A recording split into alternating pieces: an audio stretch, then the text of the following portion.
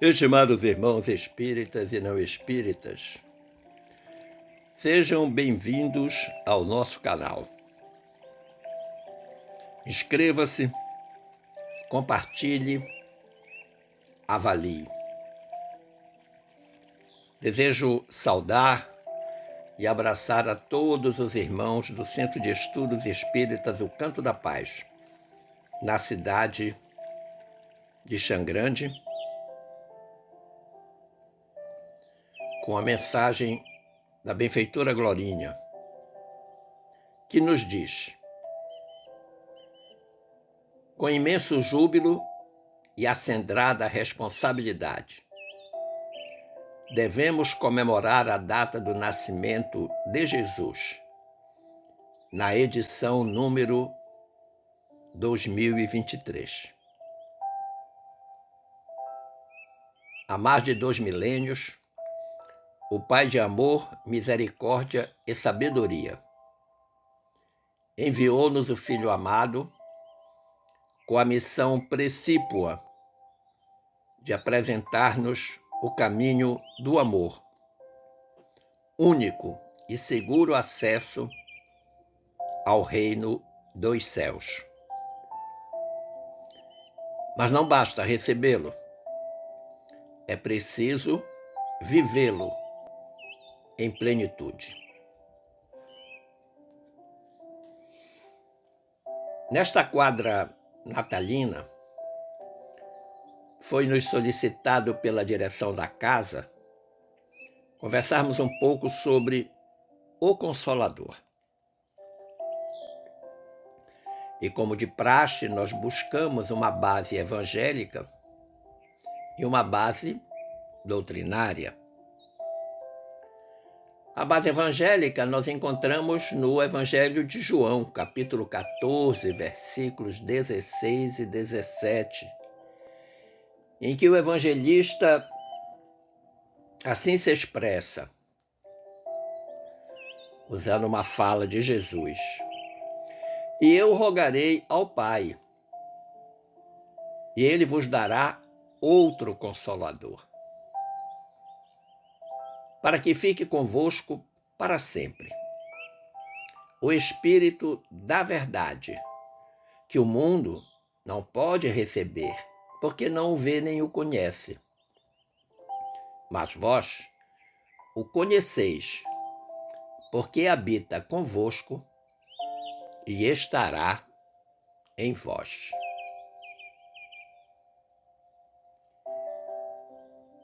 Esse capítulo 14 do Evangelho de João, ele possui 31 versículos. E podemos dizer que todas as falas de Jesus que estão nele, nesse capítulo 14, descritas, são falas de esclarecimento, são falas de consolação, de orientação, e que até hoje permanecem atuais como no tempo de Jesus.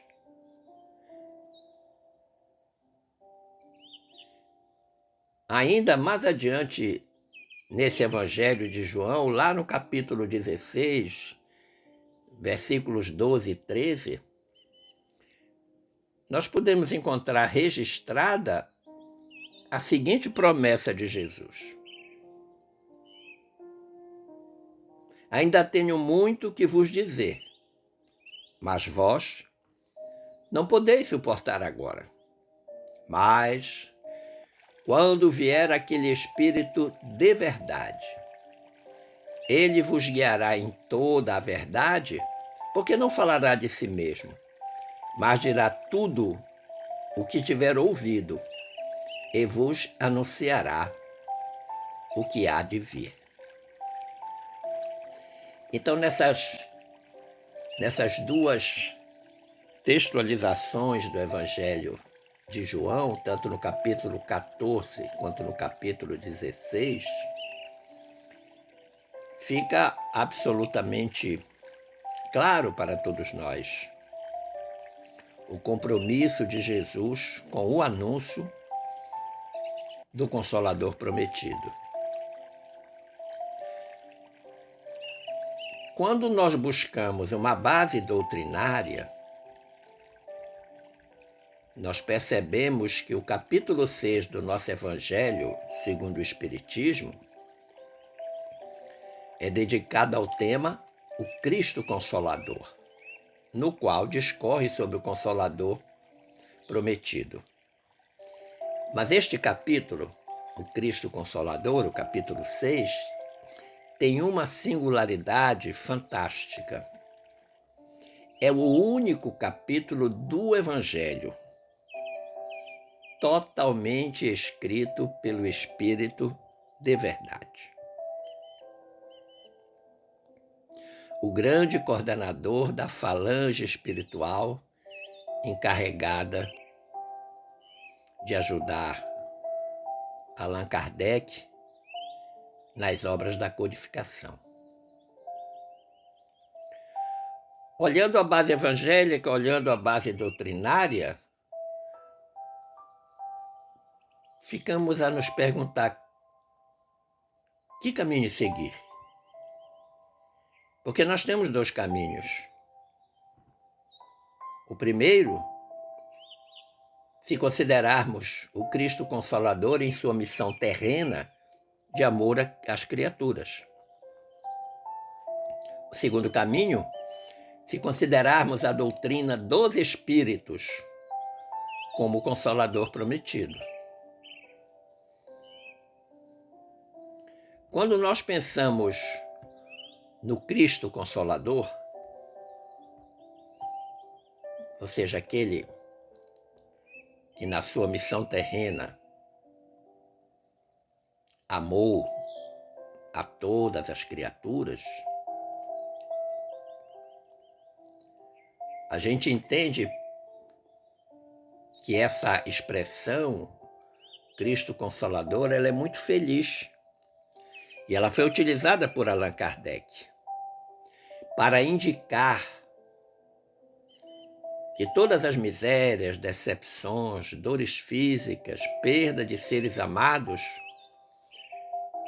encontram consolação na fé no futuro, na confiança na justiça de Deus, que o Cristo vem ensinar aos homens. Então vejam como é importante esta expressão do Cristo Consolador, como é importante o significado do Cristo Consolador para todos nós. Agora, para isso, é preciso que nós tenhamos duas condições essenciais a serem cumpridas: a fé no futuro e a confiança na justiça de Deus. Se nós tivermos isso, nós poderemos entender todas as dificuldades que nós passamos. Como diz o Kardec, as misérias, as decepções, as dores físicas, a perda de seres amados. Nós podemos conferir isso lá no item 2 do capítulo 6 do nosso Evangelho segundo o Espiritismo.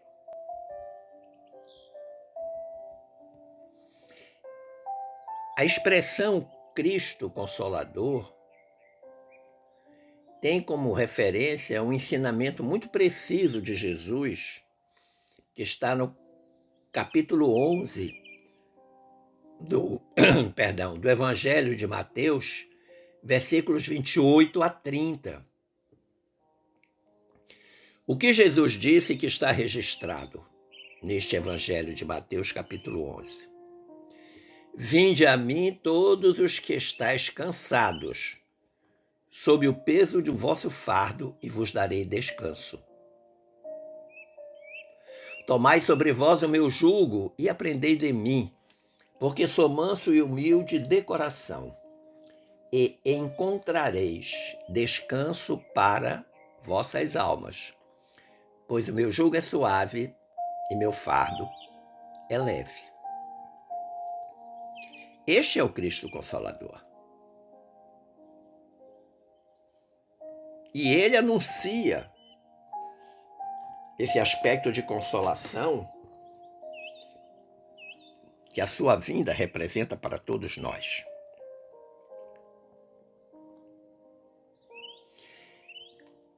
com o advento do Cristo Consolador, a humanidade inteira passou a caminhar numa outra direção, buscando Deus dentro de si mesmo. Porque Jesus nos apresentou, na sua curta permanência na terra, o Deus amor. E disse: o reino de Deus está dentro de vós.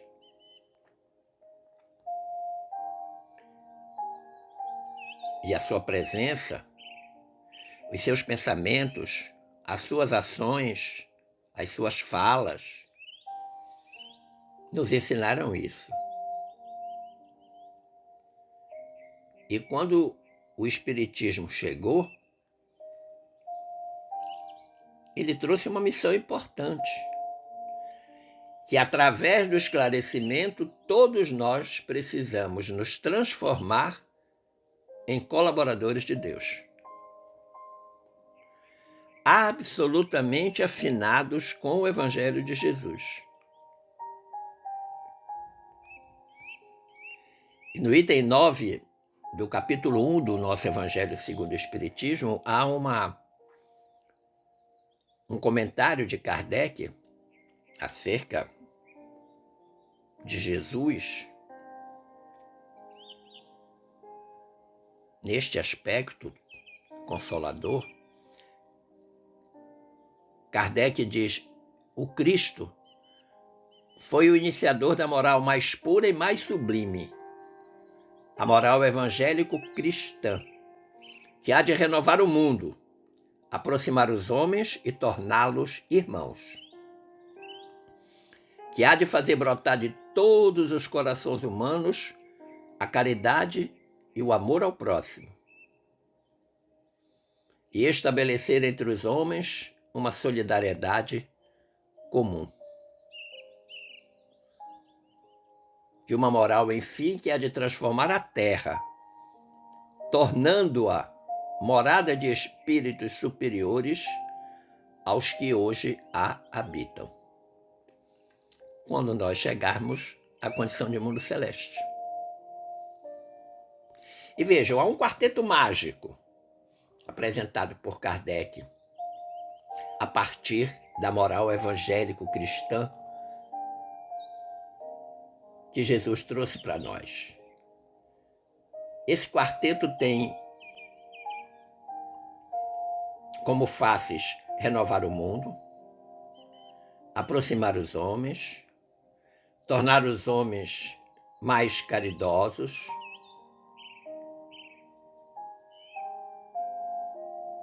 e fazer com que a humanidade verdadeiramente viva o mandamento do amor ao próximo. É nesse sentido que Kardec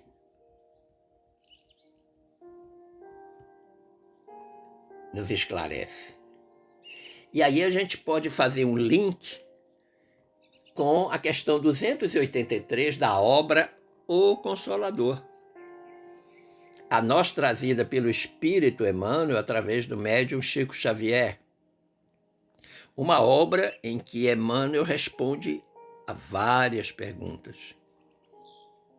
E na questão 283, a gente pode fazer, então, uma ligação entre ela e esse item 9 do capítulo 1 do nosso Evangelho segundo o Espiritismo. Por quê?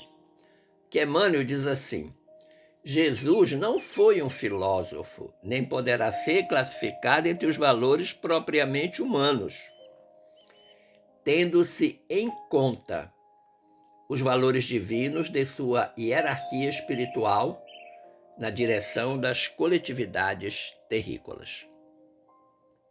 Enviado de Deus, ele foi a representação do Pai junto do rebanho de filhos transviados do seu amor e da sua sabedoria, cuja tutela lhe foi confiada nas ordenações sagradas da vida no infinito. Diretor angélico do orbe, seu coração não desdenhou a permanência direta entre os tutelados míseros e ignorantes. é de uma riqueza absolutamente extraordinária. Este texto do Espírito Emmanuel, lá na questão 283 da obra O Consolador. A primeira advertência que ele faz logo no início é dizer que nós não podemos tentar classificar, catalogar Jesus com os nossos valores humanos. Não há a menor possibilidade. Pela razão que o próprio Emmanuel apresenta, os valores divinos da hierarquia espiritual de Jesus. Temos que considerá-lo como um enviado de Deus. A palavra Christos em grego significa enviado, entre outras acepções. E o próprio Emmanuel diz então para o que veio Jesus,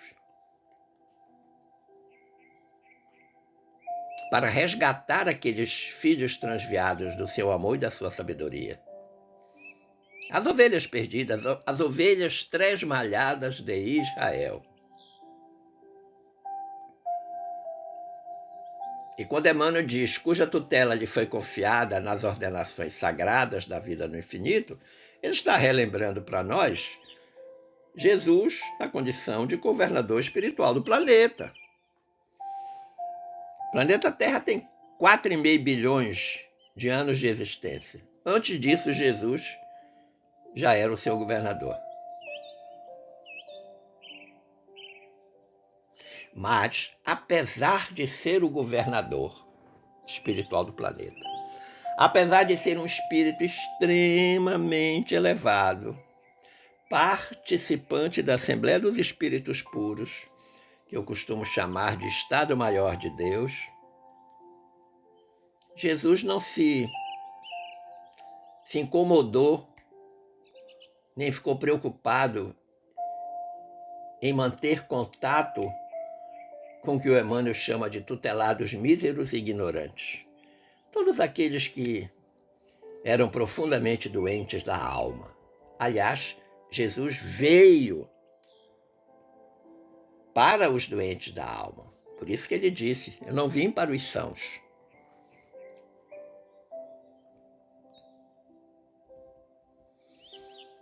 Todas essas ideias até agora explanadas são condizentes com outras ideias que estão em O Livro dos Espíritos, lá na questão 625. Quando os orientadores da codificação espírita, respondendo a Kardec, qual o tipo mais perfeito que Deus tem oferecido ao homem para lhe servir de guia e modelo, esses espíritos responderam Jesus. Noutras traduções do Livro dos Espíritos, vede Jesus. Ora, ainda que não tenhamos uma noção exata da dimensão espiritual de Jesus, da sua missão e do que ele representa para a humanidade terrena, eu creio ser necessário, como medida de prudência e de fé, seguir as orientações e os esclarecimentos prestados pelo próprio Jesus quando esteve entre nós e posteriormente pelos benfeitores espirituais que nos trouxeram o Consolador prometido. Por nós conhecido como a doutrina dos Espíritos,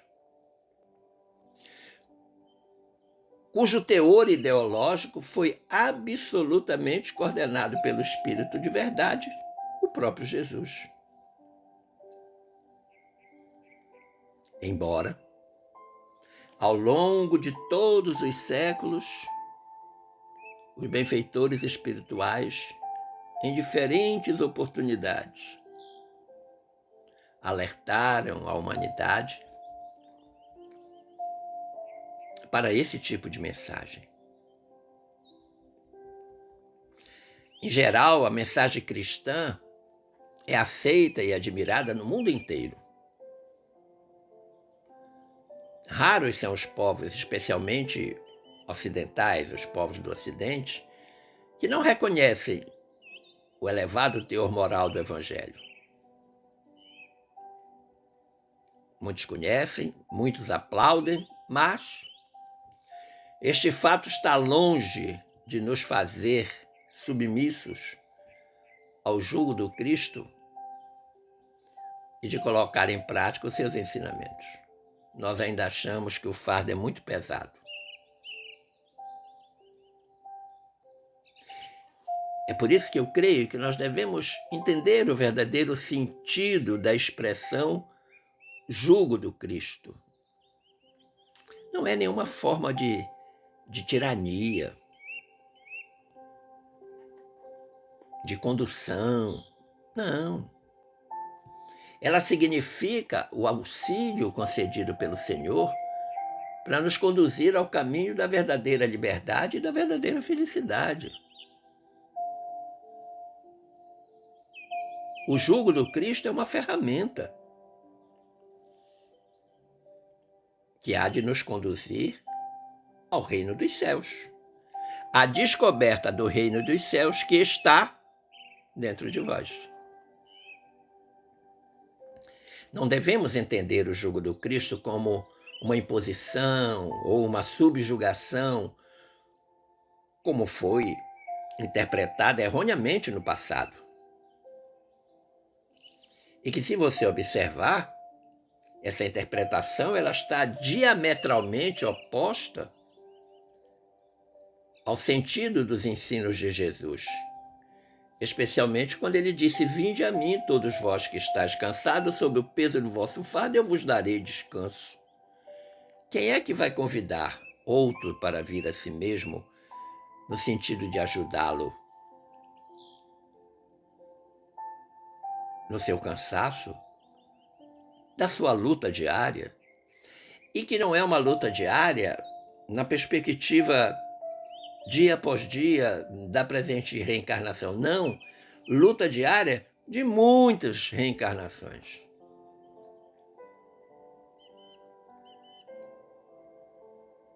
É fato, nós não podemos negar, que tudo converge para a melhoria, para a evolução espiritual de cada um de nós. Esse sempre foi o grande objetivo de Jesus.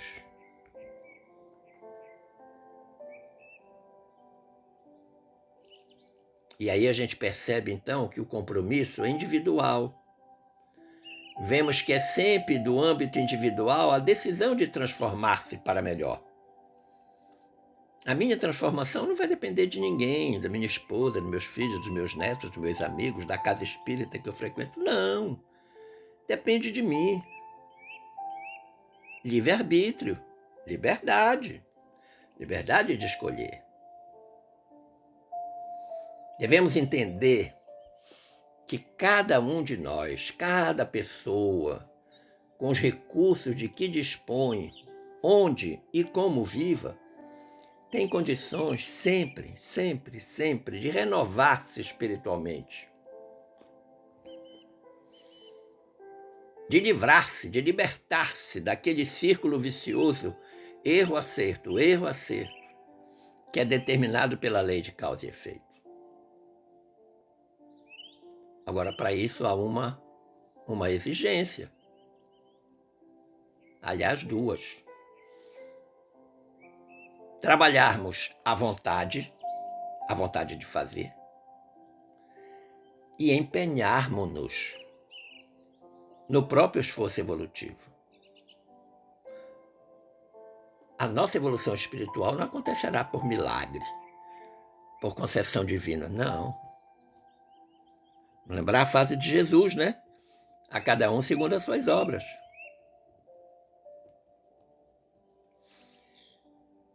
E como nós ainda, usando uma expressão dos jovens, vacilamos, o Emmanuel, lá no capítulo 14 do livro Esperança, faz uma curta admoestação para todos nós que ainda estamos na mesmice, postergando a nossa evolução. O Emmanuel diz assim, bem objetivamente: através de numerosas reencarnações, temos sido cristãos sem Cristo. Olha que interessante. Ou seja, nós não temos trabalhado a nossa vontade de melhorar, nós não temos nos empenhado nesse esforço evolutivo. Vem reencarnação, sai reencarnação, e o progresso é muito pequeno. Nós vamos pensar agora e vamos falar um pouquinho sobre o Consolador prometido. Vamos lembrar o momento histórico disso, né? Antes da crucificação, lá no momento da última ceia, Jesus estava lá com os apóstolos e os discípulos, e ele vai prometer, vai dizer a todos eles, que enviaria outro Consolador. Outro significa dizer que já tinha vindo um. Quem era? Ele mesmo. O Cristo Consolador. Agora, ele inclusive chama esse Consolador prometido de Espírito de Verdade, que é o próprio Cristo, coordenador de toda a falange espiritual, né? Que nos trouxe o Consolador prometido, a doutrina dos Espíritos. Mas ele lá, quando estava com os seus discípulos, com seus apóstolos, ele avisou, esclareceu que esse Consolador prometido só viria no futuro. Por quê? Quando a humanidade estivesse mais esclarecida. E olha que foram precisos 1.800 anos para que esse esclarecimento vicejasse. Esperamos muito tempo depois que o Cristo foi embora, que Jesus desencarnou. Mais de 1.800 anos. Agora, quando ele estava lá, ele usou umas palavras absolutamente extraordinárias, se analisadas enquanto uma promessa divina, digamos assim, que está registrado no capítulo 14 do Evangelho de João, versículos 15 a 18.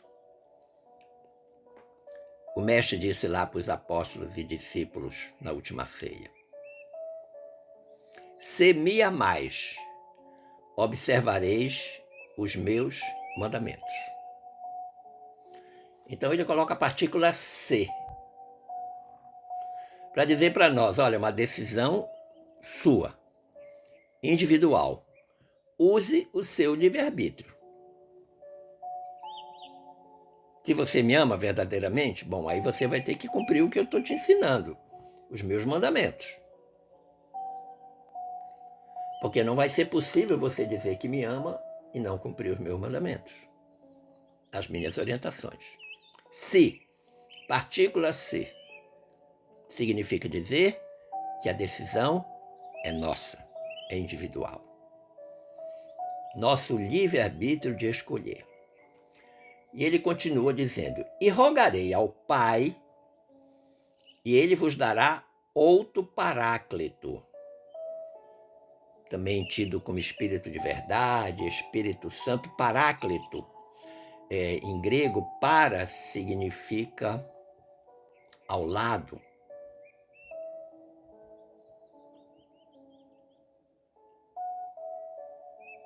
Para que convosco permaneça para sempre. O Espírito de Verdade, que o mundo não pode acolher, porque não o vê nem o conhece. Vós o conheceis porque permanece convosco. Não vos deixarei órfãos, eu virei a vós. simplesmente espetacular essa fala de Jesus, né? Ele anunciando que não vai nos deixar, que vai continuar conosco, que vai voltar na forma do Consolador prometido. Esclarece por que naquele momento ele não podia dizer tudo. Essa expressão, eu virei a vós, consagra definitivamente a coordenação do Espírito de verdade na organização da doutrina dos Espíritos, que é o próprio Jesus.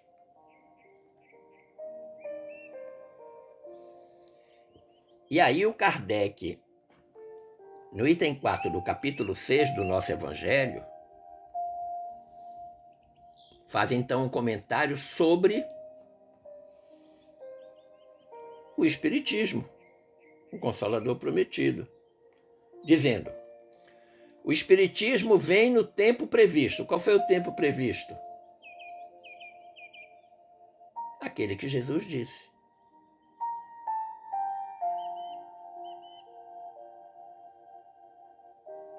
Que no futuro ele voltaria, que não ia nos deixar órfãos.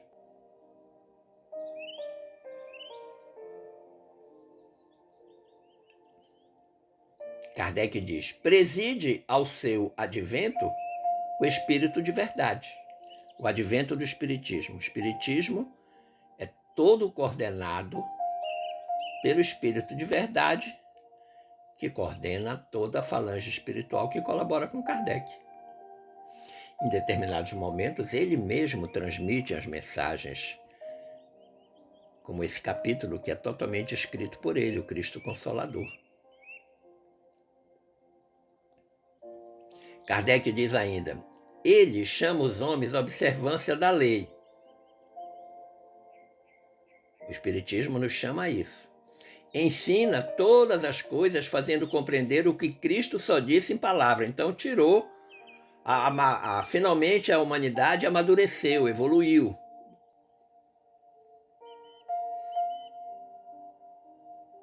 O Cristo só disse por parábolas, que foi uma estratégia pedagógica que ele usou em larga escala na sua época, porque as pessoas não estavam preparadas ainda para entender tudo o que ele tinha por dizer. Jesus, pedagogicamente, era um professor muito paciente. Disse o Cristo, fala Kardec, ouçam os que têm ouvidos para ouvir. O Espiritismo vem abrir os olhos e os ouvidos porque fala sem figuras e sem alegorias, que estavam presentes lá na metodologia das parábolas que Jesus usava. Levanta o véu intencionalmente lançado sobre certos mistérios.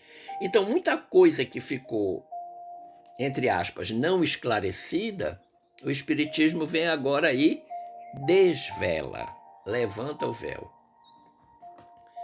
E o Kardec termina dizendo: vem finalmente trazer a suprema consolação aos deserdados da terra e a todos os que sofrem, atribuindo causa justa e fim útil a todas as dores. Lembra quando eu falei que com o Espiritismo a gente passa a entender as misérias, as dores, as perdas de entes amados? E veja esse caráter consolador, né? Quando Kardec diz trazer a suprema consolação. Porque nos esclarece, porque nos explica. Porque não tem mais mistério, não tem mais alegoria, não tem mais parábola. Usando a expressão popular, agora é preto no branco. Ponto. Há quem diga que o primeiro Consolador foi o Evangelho de Jesus e o outro Consolador foi o Espiritismo. Mas há também quem diga que o primeiro Consolador foi Jesus, humano, e o outro Consolador foi Jesus, Espírito de verdade. Qualquer que seja a tese, o resultado é o mesmo. Se o primeiro não pode dizer tudo em função da limitação intelecto-moral da humanidade, lá naquela época, o segundo, o Consolador, dissipa todas as dúvidas. Fala sem alegoria, sem metáfora, exclui os dogmas, não prescreve nenhuma norma teológica, vem de forma simples, clara e objetiva explicar o que nós precisamos aprender.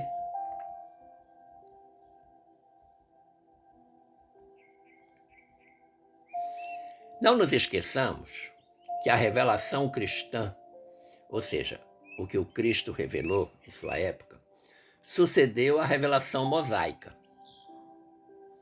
Moisés nos apresentou o Deus Justiça. Jesus nos apresentou o Deus Amor. E o Espiritismo completa as duas revelações, principalmente nos orientando para a evolução espiritual, porque nos ensina de onde viemos e para onde vamos. Explica direitinho qual é a nossa destinação final. Agora, o que chama muita atenção, e que eu acho que é o ponto extraordinário, é que o Espiritismo, ou Terceira Revelação, ao contrário das outras, da primeira, Moisés, e da segunda, Jesus, o Espiritismo não está personificado em um só indivíduo, que esteve na primeira revelação com Moisés e esteve na segunda com Jesus. Por quê? Porque o Espiritismo surgiu simultaneamente em milhares de pontos diferentes.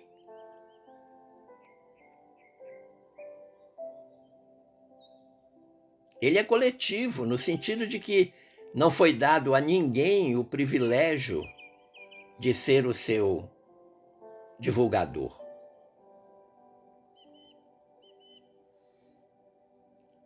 E este aspecto da divulgação coletiva, veja que coisa interessante, vai confirmar uma predição do profeta Joel, muito antes de Jesus chegar até nós. Por quê? Disse o profeta Joel: nos últimos tempos, disse o Senhor, derramarei o meu espírito sobre toda a carne. Os vossos filhos e filhas profetizarão. Os mancebos terão visões, os jovens, e os velhos, sonhos. Olha que profecia extraordinária.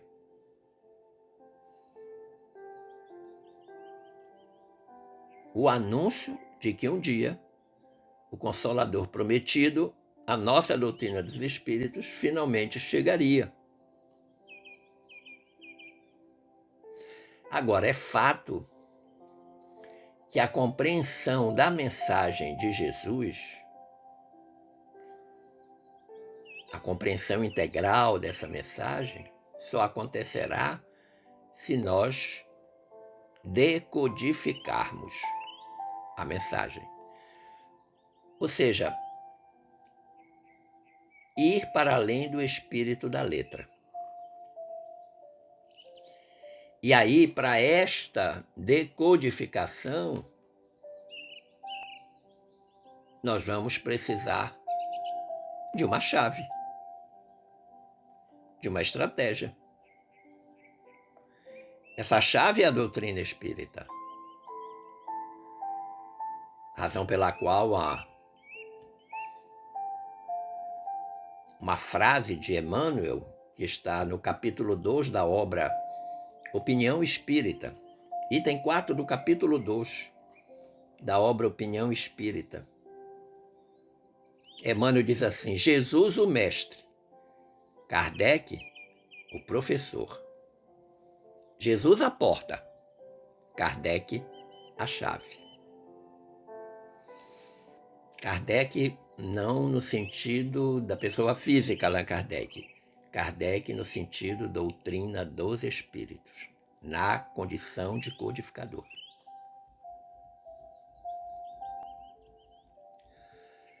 Conclusivamente, meu amigo, minha amiga, eu vou sugerir que nós fiquemos com o aconselhamento de Emmanuel, que está no capítulo 14 da obra Linha 200. Essa obra Linha 200 tem um capítulo 14 intitulado Ante o Consolador Prometido.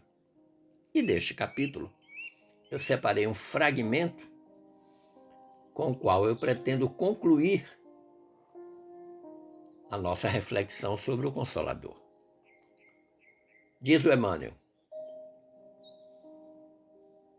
assim como o lavrador recebe o arado para rasgar abençoado suco no solo, tanto quanto o aprendiz recebe o arado, recolhe a lição para aproveitá-la, saibamos encontrar na fé que nos ampara a força necessária para a justa solução de nossas dívidas, a fim de que tracemos renovado o caminho que nos conduz em paz à vitória da luz. Olha que interessante. O lavrador recebe o arado para rasgar e fazer o sulco na terra, no qual vai colocar a semente. Da mesma forma, o aprendiz do Evangelho recolhe a lição evangélica para aproveitá-la. Mas para isso ele precisa de quê? Precisa da fé.